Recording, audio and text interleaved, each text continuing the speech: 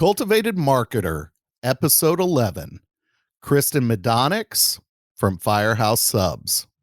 We're joined by Kristen Majdanics from Firehouse Subs today to talk about a culture of community during COVID and her career path.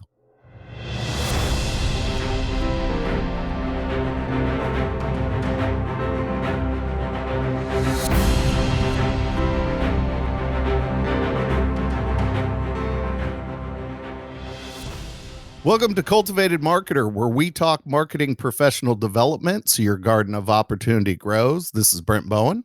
And I'm Matt Tidwell. And Matt, we had the pleasure a few weeks back of chatting with Kristen Majdanics, former coworker of yours, right? Who's now with Firehouse Subs.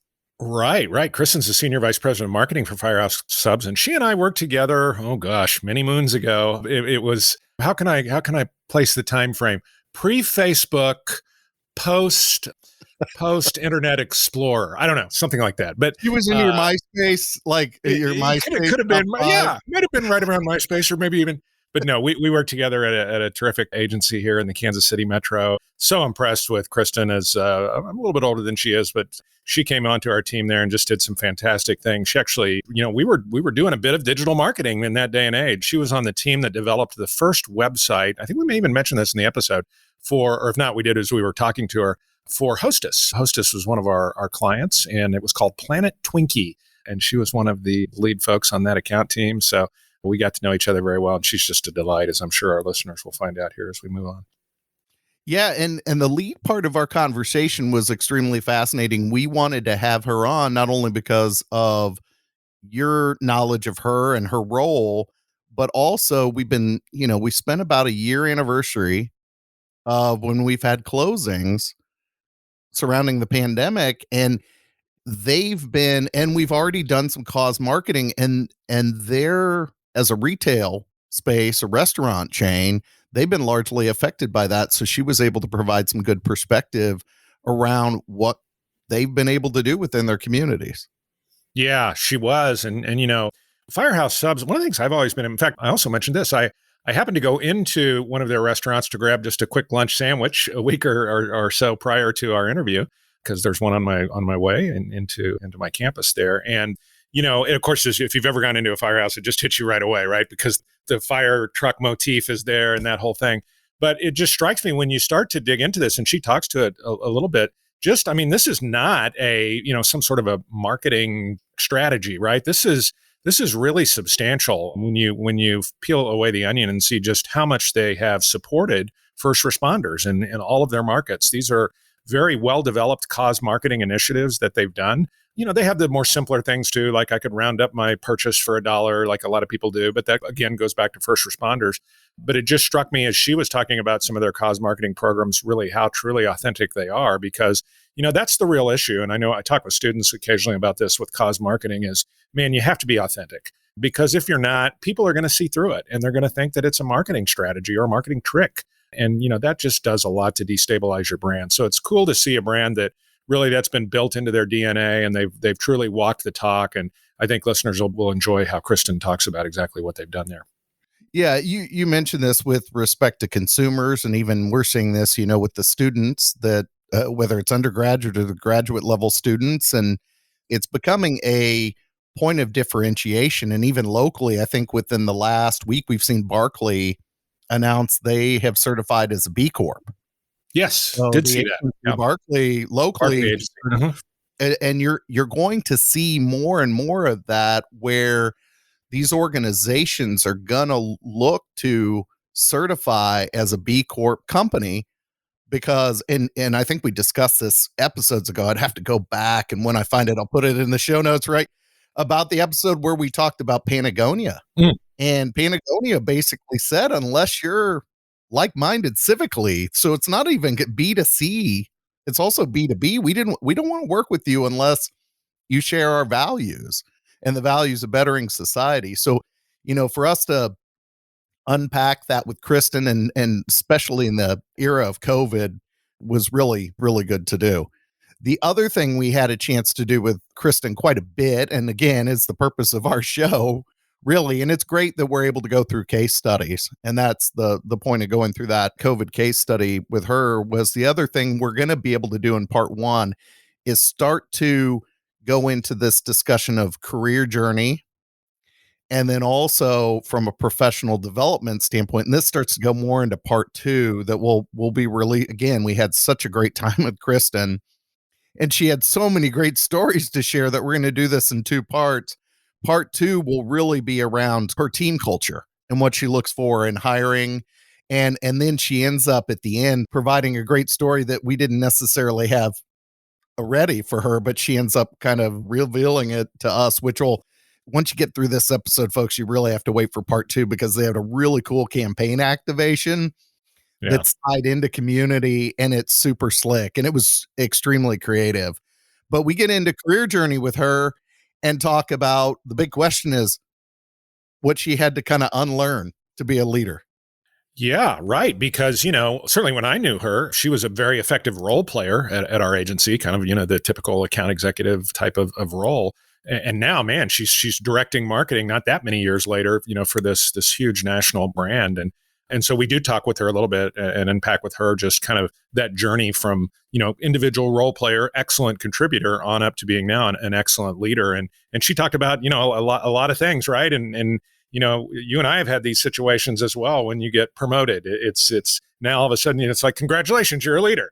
And you're sitting there going, oh my God, where's the textbook? Where's the, and are there some things you have to learn? I think she uses are there some things you have to unlearn when you become a leader? And I just think that's fascinating. Obviously, I talk a lot about our master's degree program at University of Kansas, but we actually are probably our most maybe our first or second most popular elective is leadership and marketing communications, because these are all folks that many of them are individual contributors, but of course they're getting their master's degree because they're going to be leaders. And our students, it's not a question of if, it's a question of when. So we actually, I went to the advisory board, should we lose the leadership? Like, no, keep leadership, because that's such an important set of skills. And Kristen really embodies that journey. And so it was cool to hear her talk about it from her perspective. Yeah, and I reference and we're double dipping on, you would think that I worked for Barkley at this point. We're going to double dip on Barkley today. Is that I reference Sam Mears too, who's with Barkley currently. And one of the things I know that he advocates or has expressed to me as a bit of a mentorship, I listen carefully when Sam speaks, is he says, when you step into that leadership role, the first thing you should give away is the thing you know the most. And so it was interesting to hear Kristen walk through. So she embodied that in the interview, and then she kind of walks through an example, which was tremendous to hear. So tremendous guest that we had for this first episode. Matt, anything else that you could think of that we want to highlight before we want to jump in, or we just want to let these folks loose? And I think we're all that's standing between them and Kristen. Let's go. All right. So as Matt said it, he said it well. We're standing between you and Kristen. We don't want to do that any longer. Here you are, Kristen Majdanics from Firehouse Subs.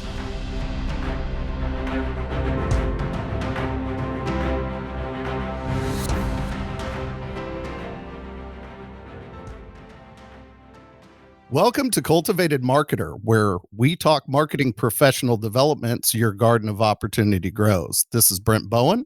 And I'm Matt Tidwell. And Brent, I am so excited today because it's rare that we get a chance to renew an old acquaintance. And I get that chance today, and excited to introduce you to my friend, Kristen Majdanics, who is our guest. Kristen and I worked together when we were both slightly younger marketers. We were in the agency business at that time, working for a local public relations marketing communications firm here in Kansas City. And we were working on kind of different accounts, but got to know each other quite well. And then, as so often happens, Kristen moved away for other opportunities. And so I got a chance to see that she's still working not only in the field, but at a very prominent level not long ago, as I was cruising through another podcast, frankly, and thought it would be great to have her on the show just because talk about a person with a varied career, worked agency. Now she's on the corporate side. We'll probably talk a little bit about that, and has a lot of ties back to this area as well. So it's really, really cool that we could have Kristen join us today. Just a little bit about her. She's the Senior Vice President of Marketing for Firehouse Subs, one of my favorite quick restaurants to pop in and get a terrific meal. I did that just the other day. She leads a team of about 20 marketing professionals who provide support for nearly 1,200 restaurants. Prior to joining Firehouse Subs, Kristen worked for more than a decade at agencies in the Kansas City and Chicago areas. Her education roots are close to home. As I mentioned, she graduated from the University of Missouri Columbia with a degree in journalism. We're thrilled to be chatting with her today about cause marketing. We're going to talk about handling the crisis that is this thing that we're currently in called the pandemic. And of course, also just career journeys. So, Kristen, welcome to the show. Thank you for joining us. Thank you. It's exciting to be here. So we're extremely excited to have you, Kristen. And the beauty of this too is this is showing, with you having that tiger background, that Matt and I are a completely open show to professional development. We Jayhawkers are still allowing tigers on the show. So wise choice. Very wise choice. Very wise choice. We can all learn something from a tiger. We're going to demonstrate today. Some of our closest friends, we always say, right? Well, speaking about learning something, we're big fans. Matt and I have done an episode or two around cause marketing, and it's very much a component of the world we're living in today. And your company has provided help and support within its community. It's really part of the DNA of the organization you work for today and with Firehouse Subs. So tell us about that story and how that came to be part of the mission. Sure. So I guess the cause marketing part of Firehouse Subs really goes back to the beginning of the brand. A lot of people don't realize that Firehouse Subs was founded by two former firefighters. So Chris Sorensen and Robin Sorensen, they're brothers. So I tend to get very prickly when folks say, oh, it's just a concept with a firefighter theme, as if it's window dressing. But the reality is it's very, very real. So they started the concept back in 1994. And over time, Firehouse Subs locations grew. And to fast forward a bit, in 2005, as we know, Hurricane Katrina happened. And in the aftermath of that, Chris and Robin said, we really want to do something to help. So they loaded up the Firehouse Subs bus, because we had a tour bus at the time, and they loaded it full of food and water, and they followed, as I recall, a group of firefighters from Orlando down to the New Orleans area, and their intention was to support those firefighters in their efforts. And when they got there, they realized that there were a lot of survivors of the hurricane that needed help in terms of being fed and water. And so they spent the majority of their time there helping those survivors. And on the way back, they said, you know what, we really don't want this to stop here with just one trip, one effort. This is so much part of who we are in terms of supporting first responders and the work they do by helping people. We really need to figure out how we make this more of a part of the business. And so from that, the Firehouse Subs Public Safety Foundation was created. And the purpose of the foundation is to grant equipment to first responders, so police, fire, EMTs, to grant them equipment that they need to do their jobs. So a lot of the funding, actually the majority of the funding, comes from donations from guests. So they round up their purchase, they drop cash in the coin jar at the restaurant, they may pay to take home an empty pickle bucket. So all of those things are kind of where the funding of the foundation started. So it was very married to the sub-making part of the business. And then jump forward just a couple years ago, I think it was 4 years ago now, we decided to up the ante a little further. And now, anytime you purchase anything at Firehouse Subs, so a sandwich, a cookie, a drink, a portion of that purchase goes towards the Firehouse Subs Public Safety Foundation. So in addition to the guest donations, now we have something kind of baked into every product we sell, helps make that donation a reality. And the intention of that, again, was to pull that cause marketing piece tighter together and say, really, when you eat with us, the decision to fill your stomach with a hook and ladder is also helping put grant money in the community to help fund Jaws of Life and AEDs and all kinds of equipment out there. And just in my own education at Firehouse, I didn't realize when I joined that fire departments needed things. You kind of see the shiny fire truck go down the street and you think it's equipped with everything that's necessary. Why would you give it a second thought? But the reality is not every department has all the equipment they need. It's not all current equipment. Cars change. And so equipment needs to change to help get people out of those cars when bad things happen. So there's lots of need. And it's been really educational and then motivational, certainly for the franchisees, because we're a franchised restaurant brand. So I think it's empowering for them, and it gives us a kind of another connection to the community beyond sandwiches. Sure. And who better to understand the needs of the fire departments than some former fire, Yes. yeah, some former fire department workers themselves, right? And understand that Mhm. a municipality may not have everything it needs. That's We can exactly drive right. we can drive around and see that, particularly if there's a destructive force of a fire. It's likely that your equipment's not going to last very long based on the demands of the people that are in those roles. So you talked about diners contributing in store, Mhm. and then also now it even getting more closely aligned to the mission through a portion of the proceeds. If I'm not mistaken, is there another third way if people decide, if they're knowing that, in-store traffic may be down a bit because of the pandemic, is there yet even a third way people can give? Certainly, you can give online. So you can give, if you're ordering online, there's a step at the end of the process. So just like you would in the restaurant, you can add to your order. You can also go directly to the foundation's website if you want to be generous in that fashion. So there are lots of ways to support the effort. Yeah, that's great. Yeah, a great way to support first responders, certainly. Yeah, and I think it's really cool. I was in one of your stores just the other day and getting my normal cooking ladder or whatever. I always get the mini because, right, if you go too big, you got to be careful, but it's great food. And I noticed they were doing the roundup, and I did the roundup, of course. And what was cool, Brent, you and I have had Mike Swenson on the show. And I know when I have Mike talk to students about cause marketing, he always talks about authenticity, and that really the enterprise needs to exude authenticity around the cause, right? Well, you get that with Firehouse Subs because, I mean, the Firehouse motif is everywhere. And then just lots of good messaging around, hey, this is where your donation goes. And it's just sort of a very natural thing, right? To understand, okay, yeah, I'm using this to help firefighters or first responders in my area. And I went to another quick service chain not long ago. And it happened to, I can't remember if it was Mexican food or Chinese, but anyway, they did a roundup, and the roundup went to a children's hospital. And I thought, well, that's great. But, there wasn't a kind of a logical tie. It was like, there's no logical tie between Chinese food and a children's hospital. So now applaud them for doing it. That's great. But I just love that authenticity that you get right away when you walk into a Firehouse Subs. So absolutely kudos for that. Really cool.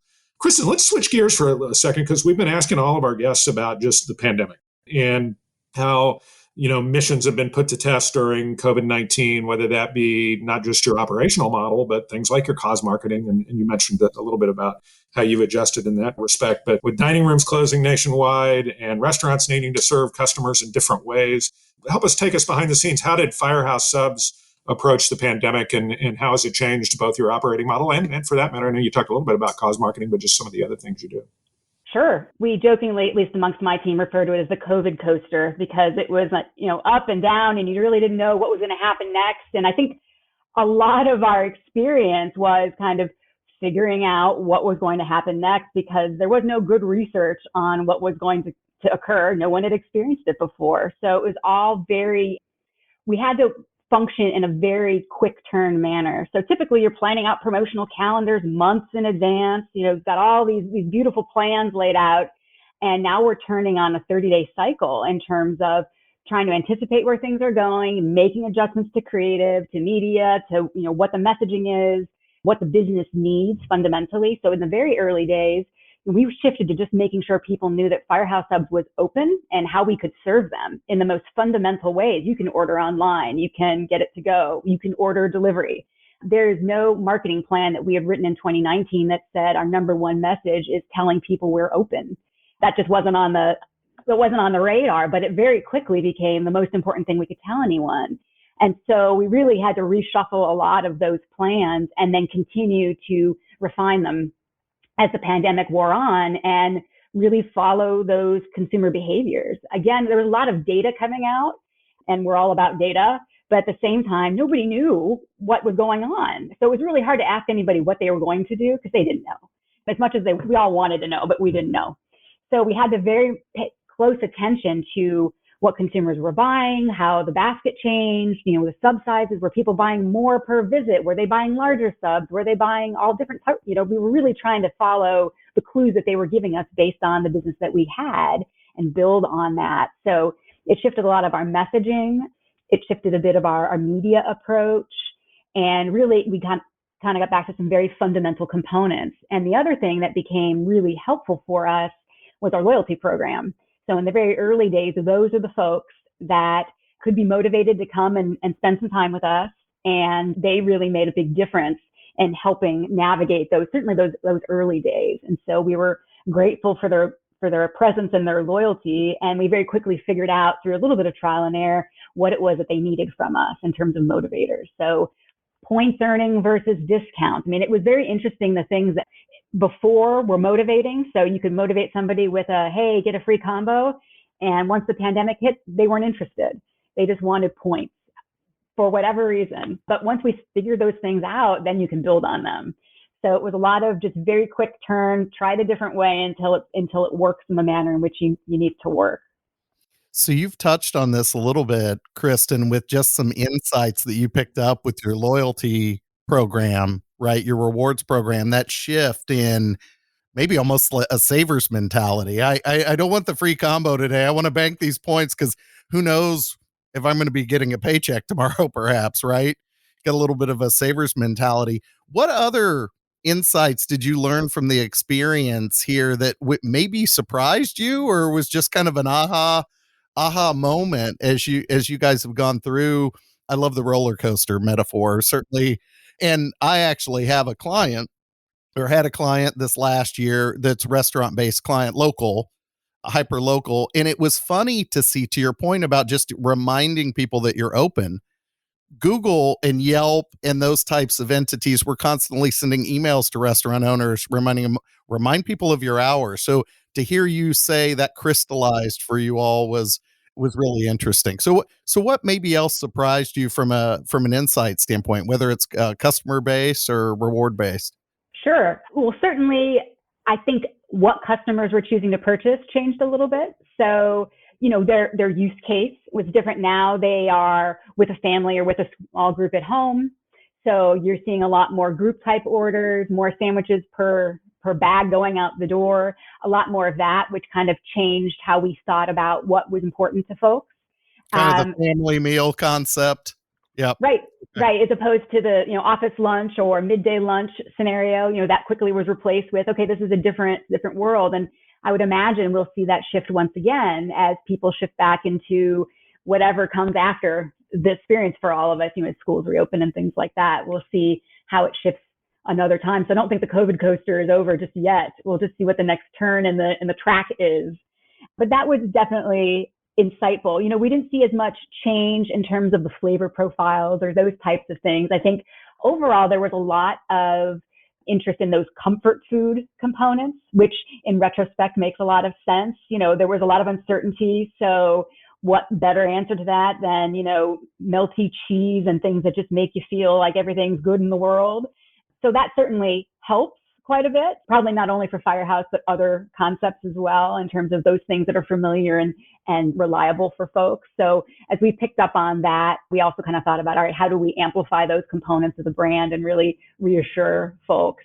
That and just kind of how we handled interacting with guests in general. So the messaging that you have to put out in terms of how we're handling safety and, how things are cared for their benefit and for our crew's benefit. I mean, that's equally important to us as all the people working behind the lines and making those sandwiches. So a lot of new things that I don't know that we went into the year expecting to learn, but we certainly did along the way.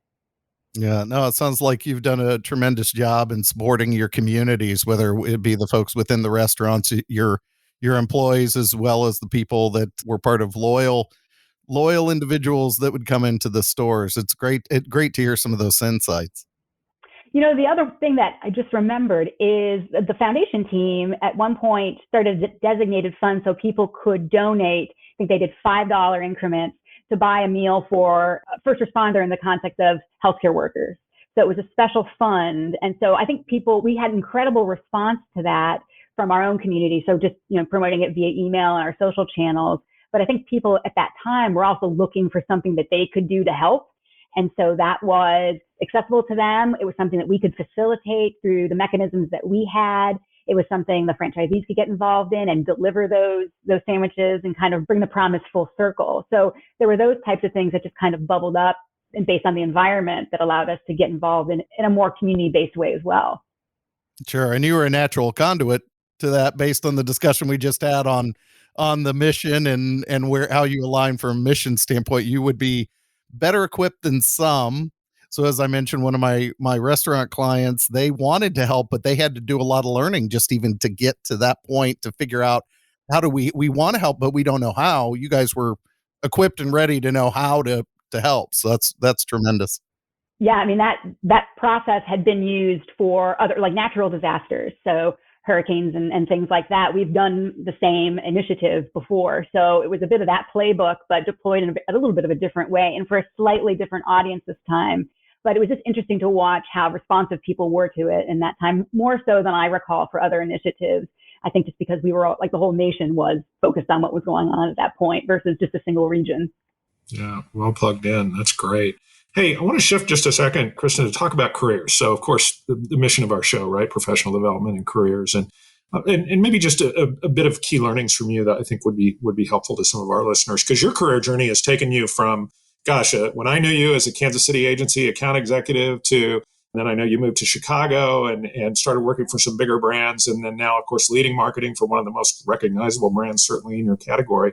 What's it been like transitioning to more of a leadership role? I'd be real interested to hear your take on that. What has there been axioms that you've picked up along the way that have helped shape you as a professional and leader, or have you kind of applied your own style to it? I know that's always, whenever we move from being more of an individual contributor to a leader, that's a big shift, right? How did that go for you? And tell us a little bit about it.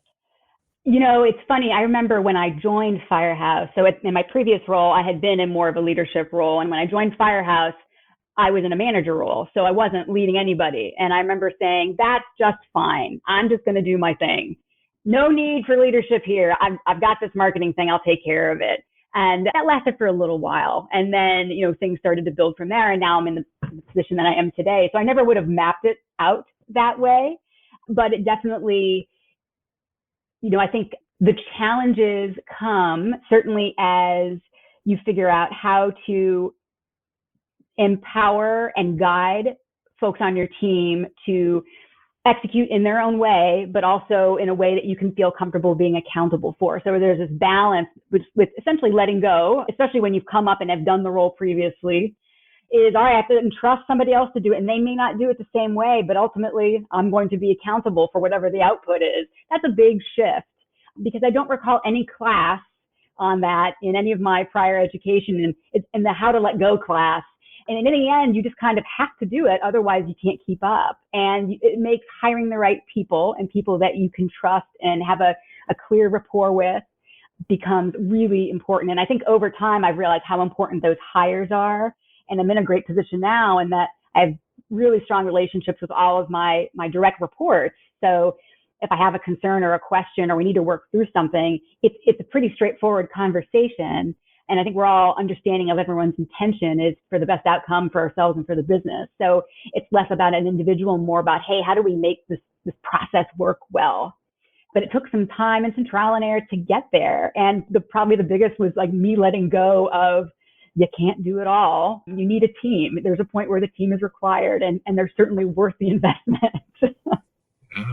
Yeah, I'm so glad you said that, because it's something we've even talked about on this. That you're right, there really is no class to teach us as younger marketers, or certainly as we're in our educational career, what's it going to be like when we assume that leadership position, and whether you call it soft skills or professional skills, things like that. And so I think there's more of an emphasis now, maybe for younger folks, to make sure they're aware of things like your own emotional intelligence and things like that will help you become a great leader. But yeah, you're right. There's several of us, certainly the three of us in this room, that really didn't have that training classically. We sort of had to learn it on the job. That's kind of what I was hearing you say.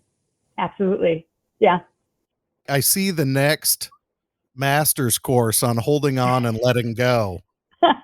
Yeah. Right. The next part of the track is holding on and letting go. And I have the perfect instructor for that locally that we can talk about later. Good. Sam Mears, well, we've talked about having Sam on the show, but Sam Mears is a locally based, a well-regarded marketer here within Kansas City. He works within an agency, and his axiom on that point, Kristen, is generally the first thing you let go of is the thing you're best at. That's the first thing you give away. That's the first thing you give away. That is exactly right. And as I reflect on my own career, that is exactly what happened, which was the hardest thing, because it's the best.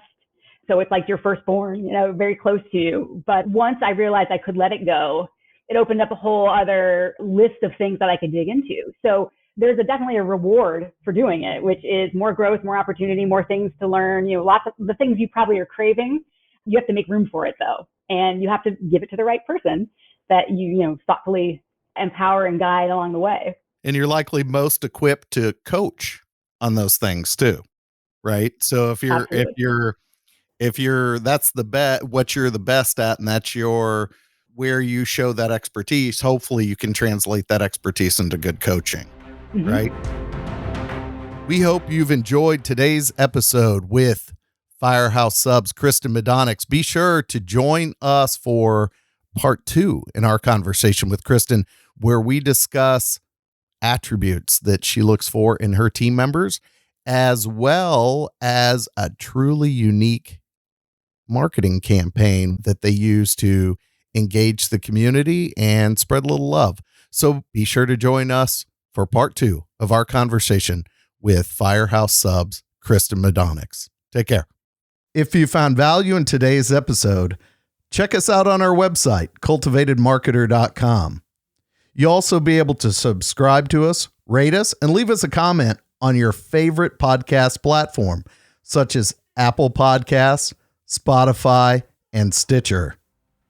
Remember, a garden of opportunity grows with Cultivated Marketer.